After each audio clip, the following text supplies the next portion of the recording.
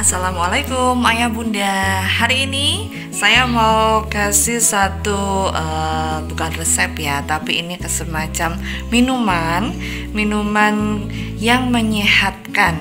Jadi saya sama suami biasanya minum ini setiap 1 hari 1 kali. Dan ini fungsinya supaya badan kita ini terdetoks dengan baik dan juga capek-capek itu jadi hilang gitu. Jadi kalau kita seminggu rutin minum minuman ini, nah rasanya itu badan itu jadi enteng banget gitu, nggak capek-capek, nggak apa, jadi enteng banget aja gitu. Nah, seperti apa minumannya? Yuk kita simak bagaimana cara membuatnya. Sebelumnya jangan lupa like, komen, dan subscribe ya. Oke, kita mulai. Jadi untuk minumannya kita butuh yang namanya kelapa parut. Ya, ini secukupnya aja. Saya pakai sekitar seperempat kilo kelapa parut. Jadi sedikit aja. Kalau mungkin beli di tukang sayur yang harga 2.000 gitu, itu nggak apa-apa. Kemudian ada Himalayan pink salt. Kemudian ada honey atau madu, boleh merek apa aja ya. Dan kemudian yang pastinya ada air. Ini saya pakai air yang matang, jadi air minum ya. Oke. Nah, gimana cara membuatnya? Nah, yang pertama kita peras dulu santannya pakai air matang ya, Bun.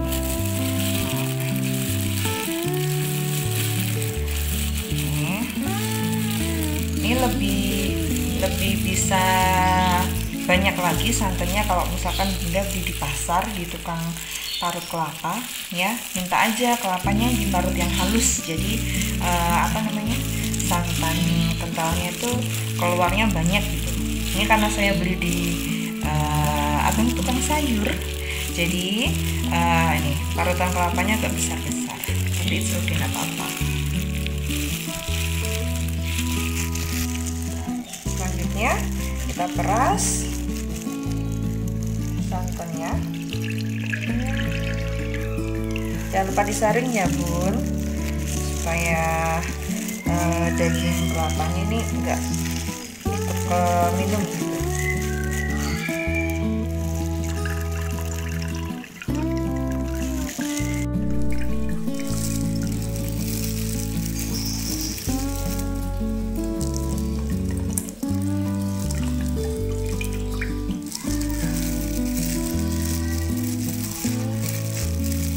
Jadi ini adalah resepnya Dr. Zaidul Akbar. Anda bisa cek di Instagram, Facebook, atau di Google ya. Ini resepnya beliau yang saya praktekkan sendiri di rumah bersama suami, dan hasilnya memang luar biasa, enteng banget di badan kita.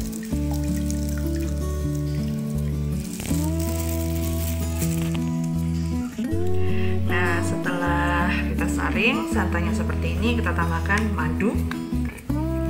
Madunya secukupnya. Kalau saya biasanya 2 sendok. Oh ya, anyway Bun, saya pakainya sendoknya sendok plastik. Kalau di rumah ada sendok kayu, boleh pakai sendok kayu ya, asalkan jangan sendok logam.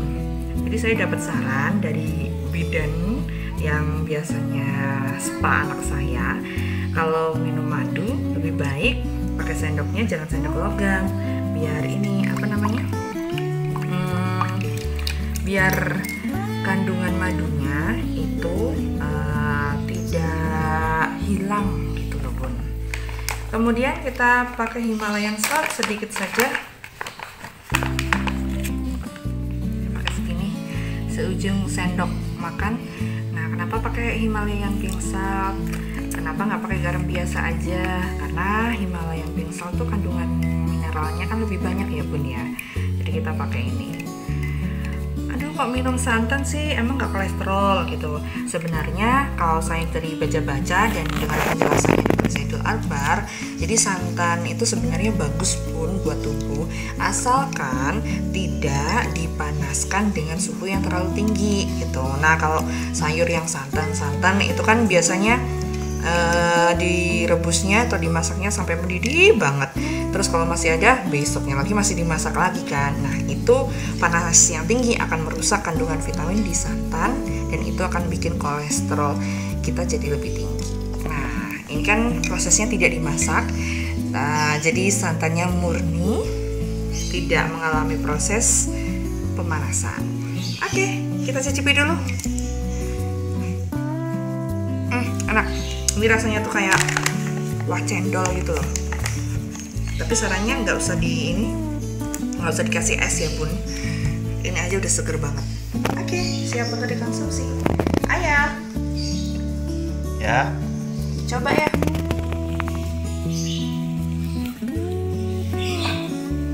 Bismillahirrahmanirrahim.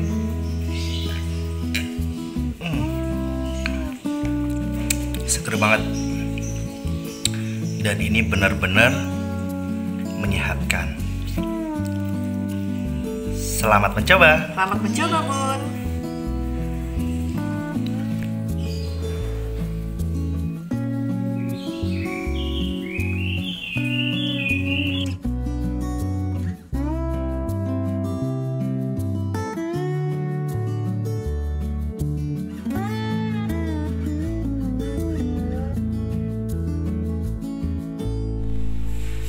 Assalamualaikum ayah bunda, bagaimana kabarnya hari ini? Semoga selalu sehat ya. Nah, di depan saya ini sudah ada 3 wadah telur mentah ya, yang sudah saya cuci. Masing-masing saya taruh 3 telur. Nah, ini nanti akan ada 3 proses perebusan atau pematangan telur yang akan saya berikan tipsnya untuk ayah bunda. Yang pertama kita akan kukus. Yang kedua, untuk tempat yang kedua kita akan masak dengan nasi. Yang ketiga kita akan rebus ayah bunda. Prosesnya akan berbeda dan juga apakah hasilnya akan berbeda. Yuk kita lihat sama-sama ya. Cara yang pertama ayah bunda adalah dikukus ya. Nah, untuk proses pengukusan ini kita harus menunggu sampai airnya mendidih dan keluar asap seperti ini ya, baru kita masukkan telurnya.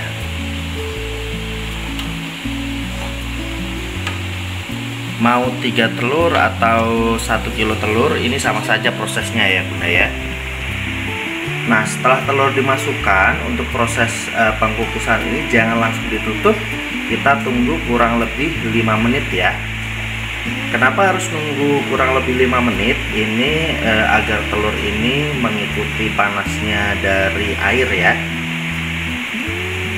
Setelah 5 menit nanti baru ditutup. Nah, sudah 5 menit ayah bunda, kita tutup ya. Nah, proses pengkukusan ini kurang lebih setengah jam. Ayah bunda, setelah 30 menit kita angkat tutupnya dan kita diamkan sejenak agar asapnya tidak membuat tangan kita panas ya. Setelah itu kita matikan kompor dan kita angkat telurnya. Nah, setelah kita angkat, kita masukkan ke dalam rendaman air ya. Kita rendam. Prosesnya sama, kita rendam kurang lebih 5 menit. Ini untuk memudahkan ayah bunda mengupas telurnya.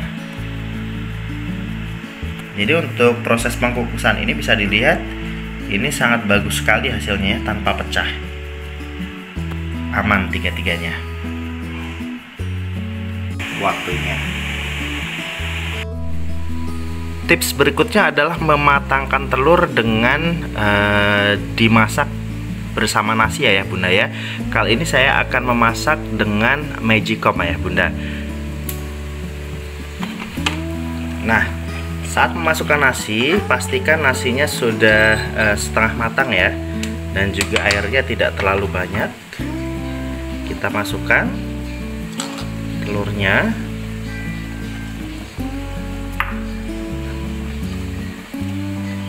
Kita tutup. Nah, pastikan ini sudah pada posisi cooking ya. Nah, nanti proses masaknya berapa lama? Kalau misalkan nasi sudah matang, artinya sudah di magic warming atau warmer, itu berarti sudah selesai proses pemasakan atau perebusan telur ya. Ini cara alternatif yang bisa dilakukan saat ayah bunda ingin memasak telur dan juga ingin ditinggal ya. Jadi ini prosesnya bisa ditinggal ayah bunda. Ayah bunda, proses untuk pematangan telur pada tahap ini ketika sudah ada tanda seperti ini ya, dari cooking ke magic warmer, ini berarti sudah matang. Tapi diamkan sejenak kurang lebih 5 menitan ya, baru kita angkat. Ini adalah proses pematangan telur. Kita angkat dan kita rendam di dalam air ya. Kurang lebih waktunya sama 5 menit ayah bunda. Nah, bisa dilihat ya, untuk tahap ini juga lumayan aman. Jadi tidak ada yang pecah ya bunda, tapi ada sisa-sisa nasi yang menempel di cangkangnya.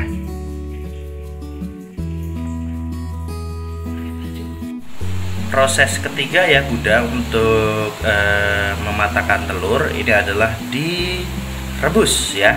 Nah, air rebusan ini sudah saya tambahkan garam sebanyak 1 sendok, dan kita akan masukkan telurnya dengan menggunakan alat ya, seperti ini, alat apa saja. Jadi jangan langsung dimasukkan ke air mendidih, nanti berbahaya untuk tangannya ya. Nah, proses perebusan ini membutuhkan waktu kurang lebih 15 menit untuk tanek telurnya ya, atau padat ayah bunda.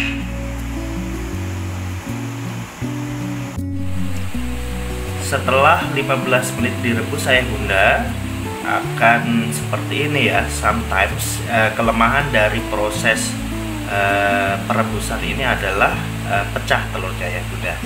Kita angkat ya. Nah, setelah diangkat, ayah bunda bisa rendam di air. Ini boleh air biasa atau air es ayah bunda.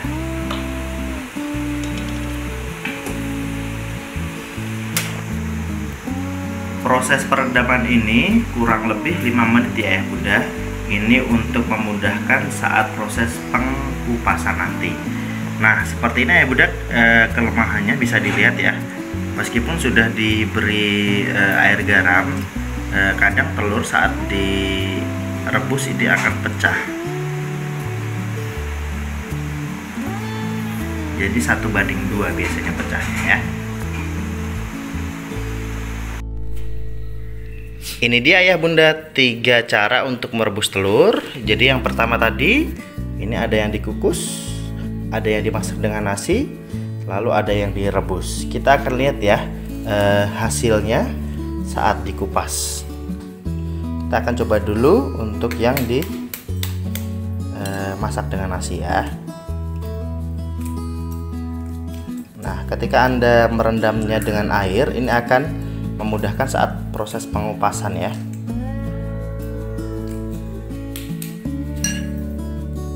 Hasilnya seperti ini ayah bunda ya. Jadi teksturnya lembut, saat ditekan-tekan lembut, dan ini sudah matang maksimal ya.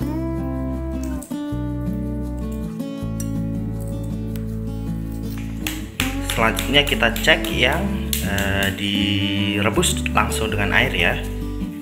Bagaimana hasilnya? Well done ya. Jadi teksturnya dia rapi hasilnya, meskipun ada yang pecah tadi ya bunda.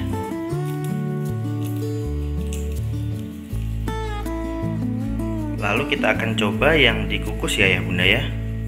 Tuh, kita akan pecah. Nah, seperti ini kita akan lihat hasilnya. Dia juga rapi ya hasilnya saat dikukus telurnya. Jadi tidak ada tekstur yang tertinggal di cangkang atau lengket di cangkang saat dikupas. Ayah bunda, ini adalah telur hasil dimatangkan dengan 3 cara, yang dikukus, yang dimasak dengan nasi, dan yang direbus langsung. Kita lihat hasilnya. Seperti ini, halus ya hasilnya saat dikukus. Jadi dia bagus, sangat recommended banget. Kita lihat selanjutnya untuk yang dimasak dengan nasi, sama tapi tingkat teksturnya di bawah yang dikukus ya bunda ya. Seperti ini hasilnya. Nah, untuk yang direbus langsung dengan air dan juga garam tadi, hasilnya juga bagus, tapi ada beberapa telur yang akan pecah seperti ini ya bunda. Nah, saya akan membagikan tips bagaimana cara memilih telur yang bagus. Yang pertama, saat telur masih mentah, silahkan dimasukkan air ayah bunda. Ketika telurnya tenggelam, itu tandanya telurnya masih baru dan bisa dikonsumsi. Tapi kalau akan naik atau kemambang istilahnya ya, mengapung, itu berarti telurnya kopior ya, atau sudah lama sekali. Lalu untuk mengawetkan atau agar telur awet, kalau misalkan akan dikonsumsi dalam jangka yang lama, itu tidak usah dicuci terlebih dahulu kalau misalkan tidak dimasukkan lemari es. Tapi kalau misalkan ayah bunda sudah terlanjur cuci, telur itu harus dimasukkan ke dalam lemari es ya. Seperti itu ayah bunda. Kalau misalkan ayah bunda punya tips lain bagaimana cara memasak telur, boleh di-share di kolom komentar. Atau punya tips bagaimana cara memilih telur, bisa juga di-share di kolom komentar. Bagaimana ayah bunda? Mudah bukan caranya? Bisa dipilih sesuai selera ayah bunda. Selamat mencoba.